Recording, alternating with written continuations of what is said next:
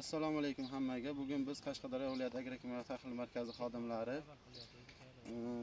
Suyunib Sirojiddin fermer xo'jaligiga tashrif buyurdik. Fermer xo'jaligi raisi bilan tashrif buyurishimizdan maqsad biz agrokimyo xaritanoma tuproq tahlil natijalarini agrokimyo xaritanoma qilib berganmiz. Shuning uchun rais bilan o'zidan so'ramoqchimiz, tuproq tahlil natijalaridan keyin qanaqa o'zgarishlar bo'ldi? Shunda o'zingizga bir ijobiy fikrlaringizni qisqacha qilib aytsin. Assalomu alaykum. Boshlar. Sizlar kelib ketganingizdan keyin to'proq olib kimyoviy o'qigandan keyin 5-6 sentrimizga qo'shildi.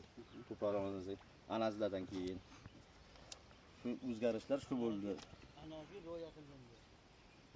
Misol uchun shu kontur haqida gapirayotgan bo'lsak, oldin misol uchun qancha o'g'it berardingiz, tahlil natijasini tahlil xulosasiga qarab o'g'it me'yori qanchaga kamaydi? O'g'it me'yori 200 kg amofos gektariga beraydi, 5 kg siltira beraydi. Mahalliy gung chiqarib, shabat usulda og'izda naqtaylik. Boshqa o'zgarish bor. O'sha sizlarga ko'proq olmagandan keyin salgina intilish, sentr qo'shilib boryapti hozir. Shu endi o'zingizda fermerlarga qanaqa maslahat bor? Tuproq tahlili haqida, tuproq tahlilini o'tkazish haqida, mana ijobiy taraflari haqida. Ijobiy juda a'lo.